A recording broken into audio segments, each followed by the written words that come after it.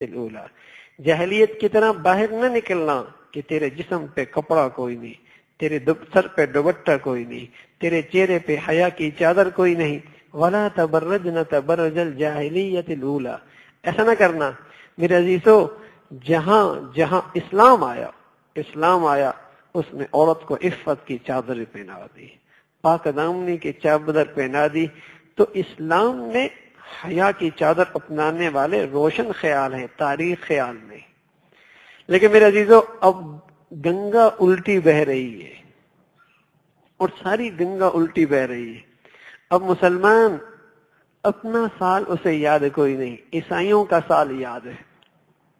ساری گنگا الٹی ہو گئی. جو اچھائی تھی وہ برائی بن گئی، جو اپنی تھی اسے چھوڑ دیا، جو غیروں تھی اسے اپنا لیا، جو غیروں کی تھی اسے اپنا لیا. مسلمانوں کا سال کب شروع ہوتا ہے؟ یکم محرم الحرام، یہ مسلمانوں کا سال کا پہلا مہینہ.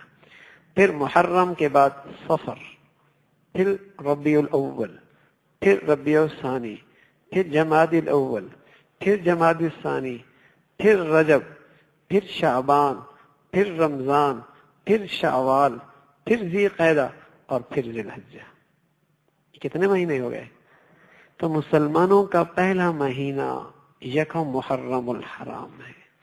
مسلمانوں کا آخری مہینہ ذی الحجہ ہے، ذی الحجہ کا مہینہ. دیکھو نا، آج میرا نوجوان اپنے مہینوں کے نام بھی کوئی نہیں جانتا. بلکہ میں ساتھیوں سے کہہ رہا تھا اللہ آپ کو بار بار حرمین شریفین لے کے جائے.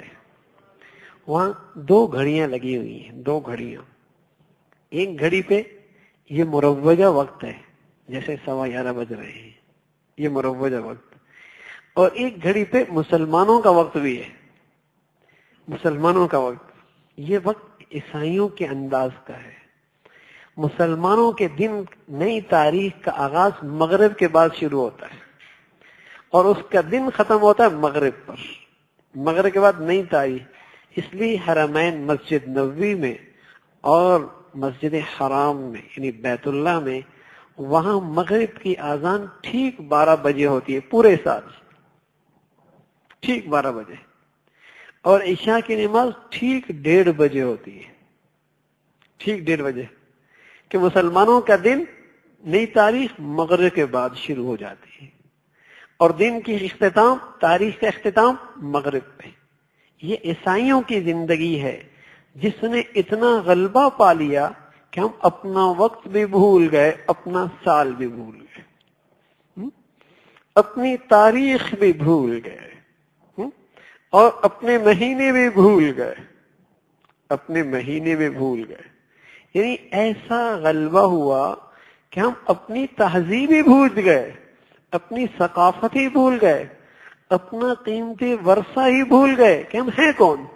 تبھی تو آج میرا نوجوان اگر چند عیسائیوں اور یہودیوں اور ہندوؤں میں کھڑا ہو جائے تو پہچان مشکل ہے اس میں مسلمان کون سا ہے، اس میں مسلمان کون سا ہے. اور میری بیٹی اور بہنا اگر غیروں کے صف میں کھڑی ہو جائے تو پہچان مشکل ہے کہ کس کو مسلمان ماں نے دودھ پلایا ہے. مشکل ہے. کس نے مسلمان ماں کی چھاتی کے ساتھ اپنا منہ لگایا. پہچان مشکل ہو گئی ہے، پہچان مشکل ہو گئی. سب کچھ بھولتے چلے گئے نانا میرے عزیزو. اور ہمیں ذہن یہ بنا دیا گیا کہ آج جو اسلام کی زندگی اختیار کرے گا وہ تاریخ خیال ہو جائے گا. حالانکہ میں نے آپ کو عرض کیا کہ سچ کہہ رہا ہوں، قرآن کہہ رہا اللہ ولی الذین آمنوا یخرجہم من الظلمات الی النور. ایمان والوں کو اللہ اندھیروں سے نکال کر یعنی جاہلیت کی زندگی سے نکال کر اسلام کی روشنی دے رہا ہے. تو اسلام کی روشنی والے تو روشن خیال ہوتے. اب کہتے نہیں یار اتنا اسلام میں ڈیپ نہیں جانا چاہیے، حالانکہ جتنا ڈیپ جائے گا اتنا روشن خیال بنے گا. عجیب الٹی گنگا چل رہی ہے، الٹی گنگا. حالانکہ جتنا آگے جائے گا اتنا روشن خیال بنے گا. اسی اسلام کی روشنی کے اندر تو اسے باپ کا پتہ چلے گا باپ ہے کتنی بڑی دولت ہے. اسی اسلام کی روشنی کے اندر تو پتہ چلے گا ماں کتنی بڑی سعادت کی چیز ہے. اسی خوبصورت روشنی کے اندر، ایمان اسلام کی روشنی کے اندر تو پتہ چلے گا کہ میرے بڑے بھائی کا مجھ پر کیا حق بنتا ہے. ہاں، عبداللہ ابن عمر رضی اللہ تعالیٰ عنہ کی خدمت میں ایک نوجوان آیا کہ حضرت میری اماں اور ابا دونوں بسترے پہ پڑے ہیں اور معذوری کی حالت میں رہے ہیں، اور میں نے اپنے باپ کو کھلایا بھی، پلایا بھی، پہنایا بھی، اور یہاں تک کہ ان کی گندگی بھی بسترے سے میں نے اٹھائی ہے، اور یہ خدمت میں کئی سالوں سے کر رہا ہوں. میرا باپ دنیا سے چلا گیا ہے اور میں اپنی ماں کی خدمت اب بھی کر رہا ہوں اور اپنی سعادت سمجھ رہا ہوں، اپنی سعادت سمجھ رہا ہوں. تو کیا میں نے اپنے ماں باپ کی خدمت کا حق ادا کر دیا؟ تو عبداللہ فرمان لگے، بیٹے اگر ساری زندگی بھی تو ایسا کرتا رہے، ساری زندگی بھی ایسا کرتا رہے، تب بھی تو اپنی اماں ابا کی خدمت کا حق ادا نہیں کر سکتا، اس لیے کہ تیرے ماں باپ نے بھی بچپن میں یہی کیا. تو روتا تھا تو تجھے سینے سے لگاتی تھی، تو رات کی تاریکی میں سردی کے موسم میں گندگی کرتا، تجھے صاف بھی کرتی، سینے سے بھی لگاتی. تو بیمار ہوتا، ایسا لگتا ان پر بھی بیماری طاری ہو گئی، تو بھوکا سو جاتا، ان کی بھوک بھی ختم ہو جاتی، تو پریشان حال ہوتا، ان کی زندگی کو بھی پریشانی گھیر لیا کرتی تھی. تو بھی یہ سب کچھ کر رہا، انہوں نے بھی یہ کیا، لیکن فرق ہے تیرے لبوں پہ بول ہے اللہ ماں کو اٹھا لے، اور وہ یہ سب کچھ کر رہے تھے لیکن ان کے لبوں پہ دعا تھی اللہ اس بیٹے کی عمر کو اور بڑھا دے. باپ، یہ صرف تاریخ نہیں، روشن خیالی کی اسلام کی روشنی کے اندر باپ کی عظمت سمجھ میں آتی ہے. باپ کیا چیز ہے، باپ کیا چیز ہے، ماں کتنی بڑی دولت ہے. وَقَضَىٰ رَبُّكَ أَلَّا تَعْبُدُوا إِلَّا إِيَّاهُ وَقَضَىٰ رَبُّكَ. سچ کہہ رہا ہوں، اگر زمانہ جاہلیت کی تاریکی کسی نوجوان میں آ جائے، اور زمانہ جاہلیت کی تاریکی کیا ہے؟ زمانہ جاہلیت کی تاریکی کی کہ اس کے اندر سے حیا رخصت ہو جائے، بے حیائی ہو جائے، بے حیائی آ جائے، تو باپ کی عظمت کا خانہ اس کے اندر سے ختم ہو جاتا ہے، ماں کا احترام کا خانہ اس کے اندر سے ختم ہو جاتا ہے. یہ باپ کو یوں جواب دیتا جیسے نوکر کو جواب دیا جاتا ہے، یہ ماں کے سامنے یوں زبان کھولتا ہے جیسے کسی باندی اور کسی نوکرانی کے ساتھ گفتگو کی جاتی ہے. ایک مرتبہ حضور علیہ الصلوۃ والسلام کی خدمت میں جبرائیل امین آئے، جبرائیل امین، اور کہا جبرائیل نے کہا یا رسول اللہ مَسَّا، قیامت کب آئے گی، قیامت کب آئے گی؟ اللہ کے رسول صلی اللہ علیہ وسلم نے فرمایا مل مسئول اعلم من السائل.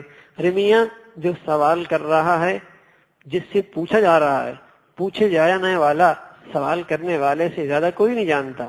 اس نے سوال کا انداز بدلا، کہنے لگا ما امارتها، اچھا قیامت کی نشانی یہی بتا دے.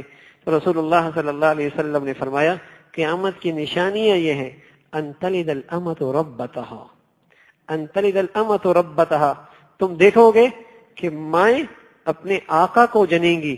کیا مطلب؟ ایسی اولاد پیدا ہوگی جو باپ پہ ایسے حکم چلائیں گے اور ماں پر ایسے حکم چلائیں گے جیسے لوگ اپنے غلاموں پہ حکم چلایا کرتے ہیں. ہاں میرے عزیزو، جب نوجوانوں کی زندگیوں میں تاریکی آئے گی جاہلیت کی، اندر سے حیا رخصت ہو جائے، ان کی آنکھیں گندی ہو جائیں، ان کا شباب گندا ہو جائے، ان کا گرم خون ناپاک ہو جائے، ان کی ہڈیوں کا گودا غلط استعمال ہونے لگ جائے، تو پھر ماں باپ کی عظمت کا خانہ دلوں سے نکل جایا کرتا ہے، دلوں سے نکل جایا کرتا ہے. حالانکہ ایمان کی روشنی کیا بتا رہی ہے؟ یہ تو جاہلیت کی زندگی ہے، باپ سے نفرت کرنا، ماں سے نفرت کرنا.